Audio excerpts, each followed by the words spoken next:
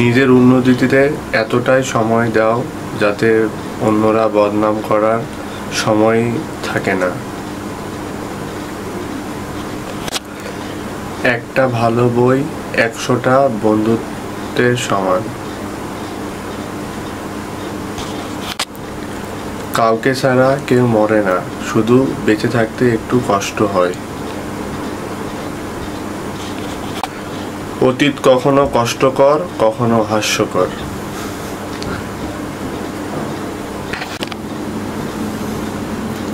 জীবন সুন্দর যদি আপনি সুন্দরভাবে উপভোগ করতে পারেন।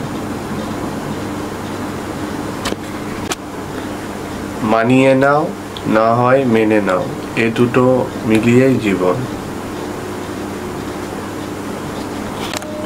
সংকোচ ছাড়া যাকে বলতে পারেন আপনি ভালো নেই, সে আপনার আপন মানুষ।